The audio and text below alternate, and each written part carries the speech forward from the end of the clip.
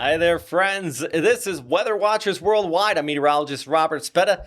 There's our chief meteorologist, Lewis Turner. Hey, Mr. Speta, thanks for having me on your program. You're looking good today, Lou. I like the glasses. It's the glasses. It's the tired eyes. Didn't sleep good last night, so we're throwing the glasses on. Oh, no. And the puffiness, too, with the pollen. It's all those things. Oh, yeah. So we're hiding things. It's concealment. Name of the game. Great show, lined up for you, and I always appreciate Robert inviting me on. We got a lot to talk about, and I know you've got kind of our what's coming up there. Big update on Artemis. I'm going to let you just lead the way on that. Storms, volcanoes, skiing again? Yeah, skiing? Another skiing video. Unreal. The skiers are just, they're pumping out the content. I'll just leave it at that. And then we do have a local forecast we need to get into because of chances of rain this afternoon. But in the meantime, Robert, take it away because you have just talked my ear off about this, all the latest on the Artemis. Yeah. And the Artemis II mission and beyond. And there is some really, really big news. So go for it. It's not just Artemis II that we're talking about here. And this just came out minutes ago, so I don't have any graphics on it or anything like that. But basically, Artemis II is still slated to launch. This is our rocket that's going to take us back to the vicinity of the moon from NASA, the SLS, the Space Launch System. It's back in the Vehicle Assembly Building, and it is still expected to launch now in early April. But that's not the big news. It's not just Artemis II. It's the entire Artemis program has been shaken up, and just from the director of NASA, they are changing a lot of things here. First off, Artemis III originally was supposed to be the equivalent of Apollo 11, the mission to go back and land on the moon. And that was originally slated for 2029, so about 3 years from now. Now it's going to be Artemis IV. They are basically adding more missions, and they're going to decrease the time frame between the missions. Now, this is hopeful, and this is a statement NASA has put out. I think it boils down to the fact, and this is from the NASA director, this is not me. They are saying that, he said in this press conference just now, that the 3-year gap between missions is not a recipe to be successful. Skills are atrophying, and it's too much time between missions to kind of be successful and get up to the moon as quickly as possible. We've had the same issues on Artemis I that we're having on Artemis II. So now Artemis III, instead of landing on the moon, is going to go around the moon, dock in space as well, kind of work on the lunar lander and just everything to go with that. Artemis IV is now expected to land on the moon in early 2028, and Artemis V could be landing on the moon as well in 2028. So they're shooting for 2 landings on the moon in 2028 here. So big changes. It means more missions, and even though more missions, and now that it's moved back to Artemis IV being the first to land on the moon, it is moved up in the overall timeline. Basically, NASA's devoting more money, Lou, and being a lot more aggressive in their timeline here looking forward. You brought up a good point before we were streaming, talking about cadence, talking about timing. So, you go back to Apollo missions, for instance. I mean, even the shuttle, which, of course, the shuttle wasn't going to the moon. Yes. But, NASA had the cadence and the rhythm going of launching every few months, not every few years. I mean, that's what SpaceX is doing right now, too. Exactly. So I was going to bring, the SpaceX, we will show launches every couple of weeks, it seems like. Yeah. We're getting, and so the muscle memory is there. When you're right, though, the quote unquote atrophy of knowledge, intelligence, talent, technology, people come and go. In a 3-year time span, you're gonna lose folks. And especially when we're talking, okay, so NASA is also supported by Space Force. Space Force, your orders are there for 2-3 years. Right. That's the military. Yep. Military doesn't get orders for 10 years. So by the time one mission goes and next mission, you almost have a completely new crew of people there. Yeah. It's so they're moving up, and a lot of people also forget, because it was so long ago. We haven't been back to the moon since the 70s. That prior to Apollo 11, which was the first to land on the moon, we had Gemini, we had the Mercury program, we had Apollo 1 through 10. Yeah. Like Apollo 8 would be the equivalent of Apollo or Artemis 2, that is, and Apollo 11 would be Artemis 3. So we're just like skipping 9 and 10. Yeah. And they're like, you know what? Maybe we shouldn't do that. Maybe we should shorten it up and do more missions. Yeah. So in the here and now, it's looking like April at the earliest for Artemis II. Yes. So they have this aggressive standpoint, but they have to build it up. Yeah. And Artemis II is already back in the VAB. They are working on it. They're going to try to get it back out. April 1st around 6 p.m. would be the next opportunity to launch. And then it goes the 3rd, the 4th, the 5th, and the 6th. So early April, if this whole sense of like urgency and buildup goes to plan and the weather's good and everything works and we know. So we know the facts and you've listed those perfectly, but I want to hear a little opinion. So what are your thoughts? I mean, you've been going to NASA, you've been following this so closely and we've all been following it to a degree, but no one closer than Robert. So I am curious, how do you feel about this? I'm excited. Okay. That's how I feel. Excitement. Okay, good. I am excited about the statement. I'm excited that the NASA director is out here going, this is what we want. This is coming from the top. We want this. I have a pessimistic feeling that, and I get it, it's space flight. There are people on board. We want to be careful. All of that caveat. It seems like every time we set a date, the date gets pushed back. Yeah. What are your thoughts? Yeah, no, I feel the same way. It's I even thought when we were, you and I have been talking and planning between you and Lee when you're traveling to NASA, when we're gonna, how do we schedule, the nuts and bolts here at the station to make sure we got people doing the weather while you and Lee are going down to cover Artemis launch. Yeah. And I've had this internal feeling the whole time. It was never going to be the original. The original date was March, was it February? It's early February. Early February originally. That we were going to see this thing go up. And now, so I temper the excitement. I'm not excited. And I think that's the other bummer of it all. And maybe that's why it's coming from the top, because it was on the launch pad. And then when February came and went, it was like, okay, all right, we had some issues. We can still fix it. And now they had to just take it off the launch pad and they had to bring it back to the VAB because they had to fix some issues. The same issues that we had during Artemis 1. Right. And I think that's where a lot of the frustration comes from. Yeah. It's like, are we learning, guys? Are we serious about this or not? And I know they are. I get it. I get it.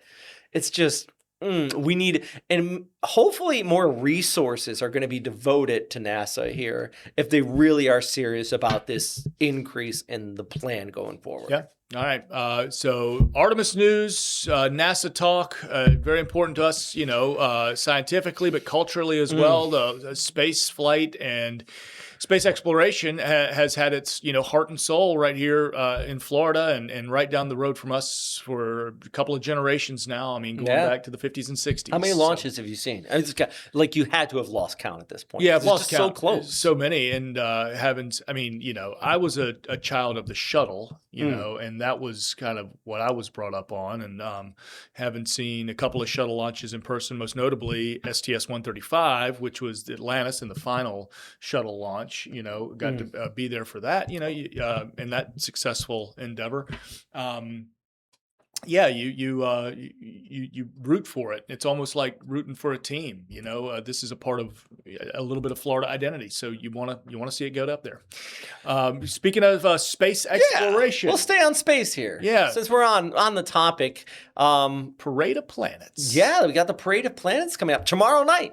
Yep. In western sky, just after or at sunset. If you wait until it gets super dark, like what you kind of see in this graphic here, Venus and Saturn may already set. Yeah. So you have to get out there early. Jupiter is going to be kind of directly overhead, and Mercury is usually really faint on the horizon. In Uranus and Neptune, you're going to have a telescope, so you won't be able to see those with the naked eye. But if you know what you're looking at and you got all the gear, you should be able to spot multiple planets planet stretched across the sky here tomorrow evening. What's your go-to planet app? Planet Skyview. Skyview. Same. And there's Skyview Lite. Yep. And it's free. The free version. Get it. Get Skyview Lite. And we all have it. It's a great tool, like this, and you essentially you open it and you point at various objects in the sky. It's going to tell you what it is. It's going to show you constellations, which is really awesome. Mm-hmm. Kids have a blast with it. Because on any given night, we've got Venus chasing the moon, or we've got Mercury out there. But to have all of that in kind of a line, it's to the naked eye, it's nothing that's going to be life changing, but still kind of cool to get out in the yard with the kids maybe and say, hey, look, all these planets you're reading about. It's just neat to point it and go, oh, so that's Jupiter. So that's and also shows you the stars stuff. If you ever like hanging out with your friends at night, like on the back porch or at a bonfire or anything like that, and you want to sound like the smart guy in the group, you whip that out. Jupiter, there's Saturn, and Jupiter, Saturn, Venus, Mercury, as common, visible to the naked eye, as long as you know where you're looking, and if you have an app handy like Skyview, that's a good way to do it. And then going to have to really try for picking out Uranus and what was our other planet? Neptune. Yeah, you're gonna they'll leave that to the pros because you're not gonna find it. Yep. Another thing people often get is whenever we say pray to planets, they imagine like you ever see like what is it, the Thor movie where all the planets line up and then they're like. Yeah. Okay, guys. Like this is just based on our perspective, right? And think about if you're looking out in a crowd of people, and some people are way off in the distance over there. Some people are kind of close here. It's just on our perspective. In fact, like Venus and Saturn and is on the other side of the sun from us. Jupiter is on this side, and this graphic doesn't do justice on the scale of how far everything is apart either. So it's kind of neat to see. Plus, we have a lunar eclipse coming up on Tuesday morning, just at sunrise.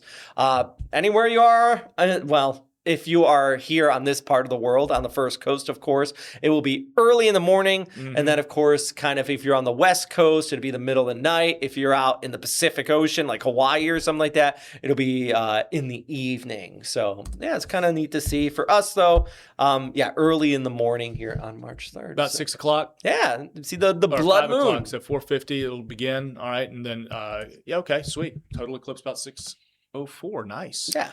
And the moon sets at 6:52. Right. So even though it still will kind of be going on, it just won't be because you won't be able to see it. And it'll be low on the horizon too. So you have to get somewhere clear away from trees and stuff like that. Clear lookout generally to the west, and you'll get us a little view. Little view. Kind of neat. Little view. Yep. Nice. Ooh.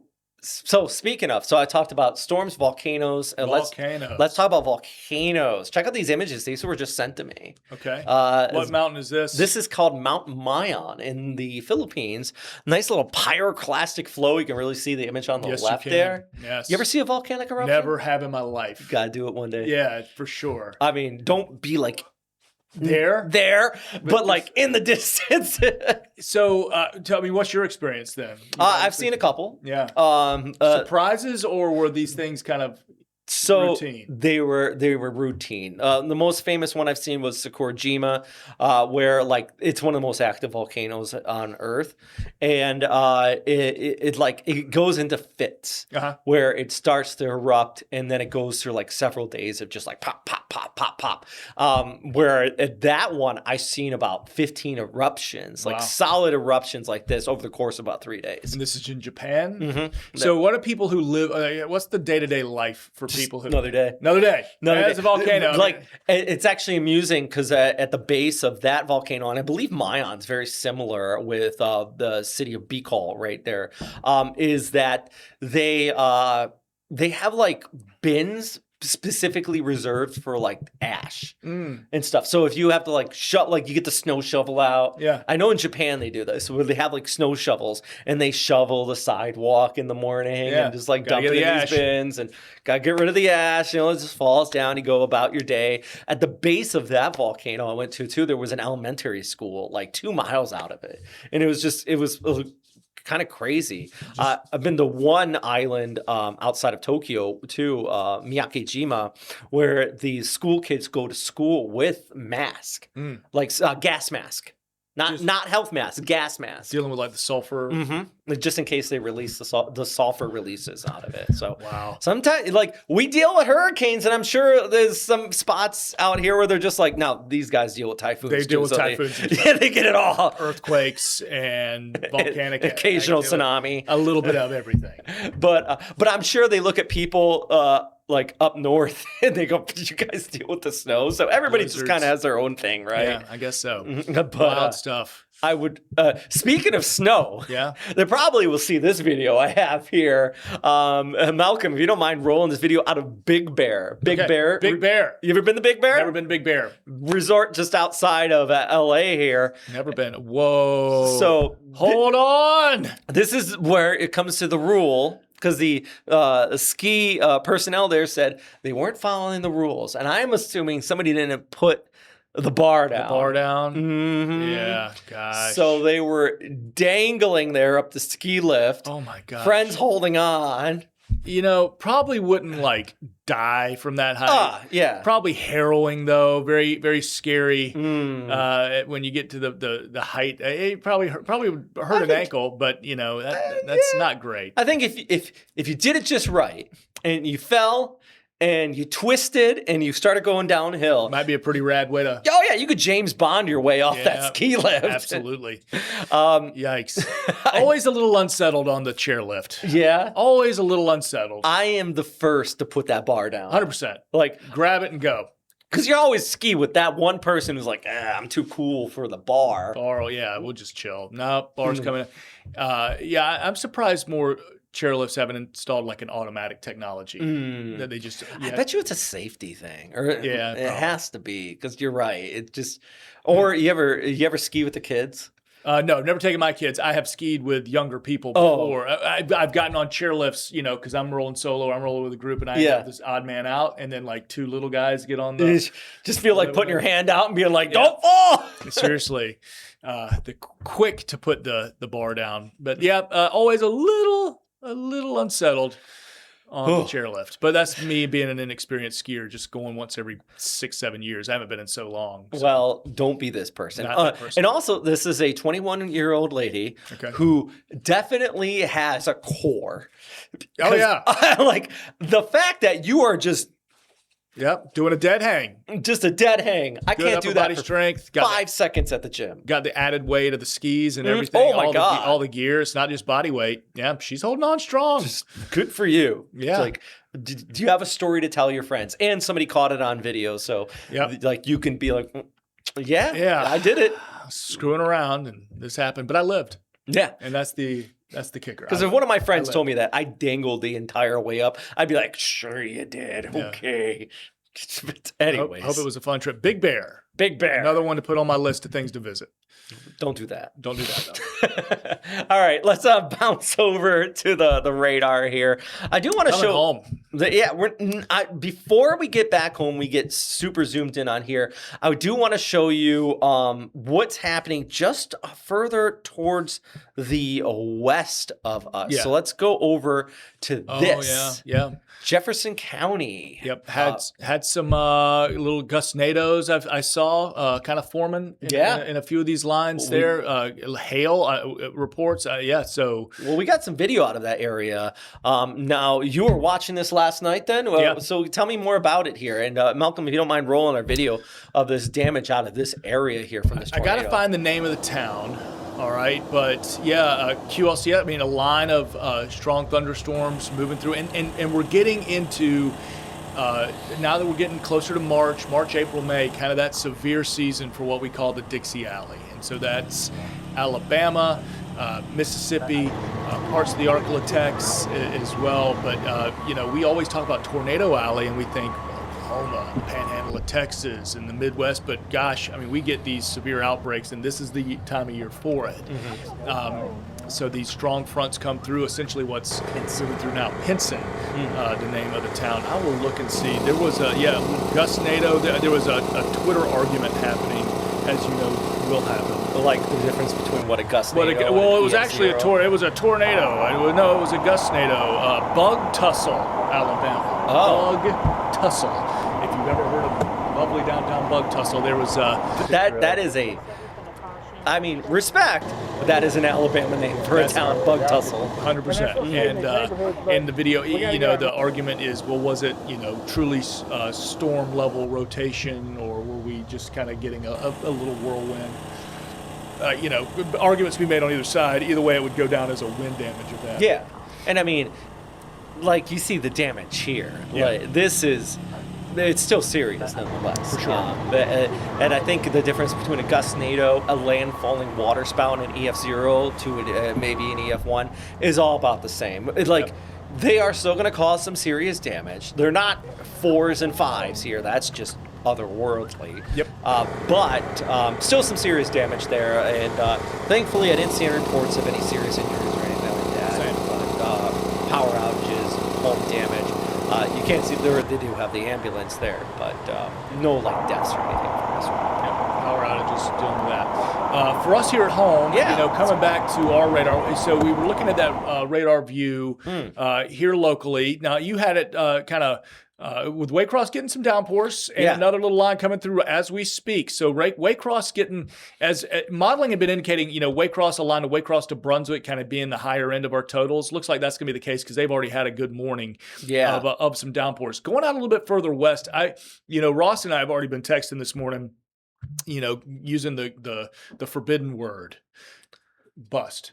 Oh, we're using because I did see some guidance. Yeah, splitting Jacksonville, splitting Jacks, and we've seen and I've seen the modeling kind of taking those rainfall totals down considerably. And I from the beginning I've been thinking this is a half-inch event, at most, and so you could see. But what we are seeing, I'm just going to look. What we're seeing currently out there, I saw 72 degree temperature with dew points in the 60s. Yeah. If we continue to warm up a good bit, we're at 72 right now. Dew point 62.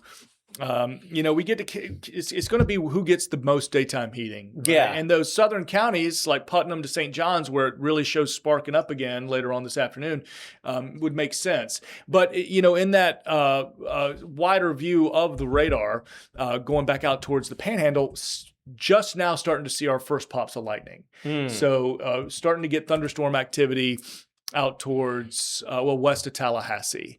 So we'll see if that activity holds itself together as it makes its way to the first coast, because it's not that line we're kind of concerned with. It's that one back, still draped over Panama City and extending up I-75. That's kind of your bigger opportunity for some beneficial rain. Interesting seeing the cluster of showers off in the Gulf as well, off of Tampa. Yeah, right. Because it does look like the lot of the guidance is really showing I-4 kind of getting walloped here. In fact, I'll just pull up the rain totals from the ECMWF, and this is just one of our numerical models here, and kind of gives you an idea that Central Florida it's picking up 3 to 4 inches out there, versus Jacksonville kind of seeing less than an inch at this time. So I think, based on what we're seeing, we're still going to get the rain. That thunderstorm threat definitely backing off at least a little bit.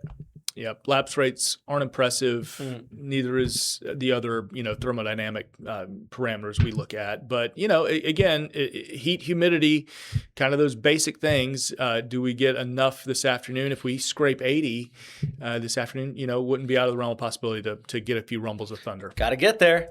Got to get there first. We need the rain, though. That's the thing. We are still in this big old deficit right now. Yeah, we need it. And we're going to need several months of surplus. You don't get into debt overnight. You don't get out of debt overnight. It takes months of deficit. And we've had it since September. And it's going to take us an equal amount of months. And that takes us through hurricane season, and our afternoon thunderstorm season. So, we're hoping kind of we have the reverse scenario this year where no tropical impacts, but maybe more of those afternoon showers, which we didn't have a lot of this past season.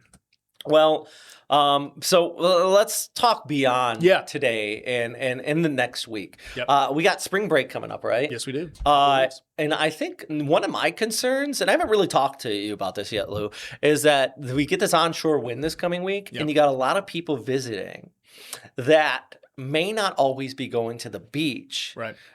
Who are not great swimmers, who don't know how to actively see if there's like rip currents or anything like that. Yep. And that's what I worry about around spring break, is that you get this flow on shore. It's going to get cloudy near the coast, but it's not like downpouring thunderstorms. So people will be seeking out the beach.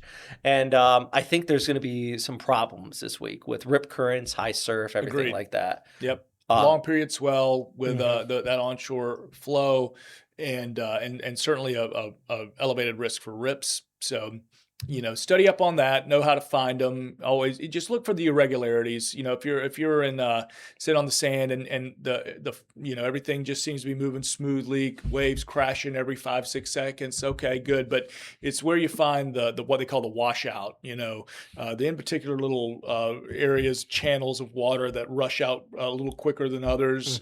Usually it's influenced by a tidal.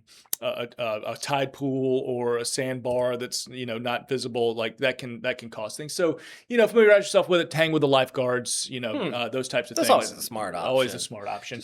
And I've been talking about wetter and warmer weather. And I use the term warmer because the obvious. We don't see any cold snaps, and we may be done with that. For the rest of the winter. Let's hope so. Let's hope so. The wetter, not because of necessarily elevated rain chances, like seeing widespread washout, but just higher relative humidities, a little more moisture in the atmosphere. It does help, at least in the short term 7 to 10 day forecast, with fire danger. Getting those easterly breezes, getting a little more moisture in the atmosphere, and the potential each day next week, that 10 to 30 by Thursday, but 10 to 20% generally chance of getting a quick shower, kind of 95 and that's kind of what we need. We need more days like that where it's there. It's not a downpour, but just kind of some light passing rain. That's what's going to make the difference in the long run. And it's not big, it's not sexy, but it does take time to kind of add up. Do the tortoise instead of the hare. Exactly what it's going to take. All right. Well, Lou, thank you very much. Lou's going to be back here at 4:30 as well as 5, 6, 7, all that stuff. We'll be watching. Yeah. So thanks for stopping by. Always appreciate you having here. Yeah. Thank you very much. See y'all later.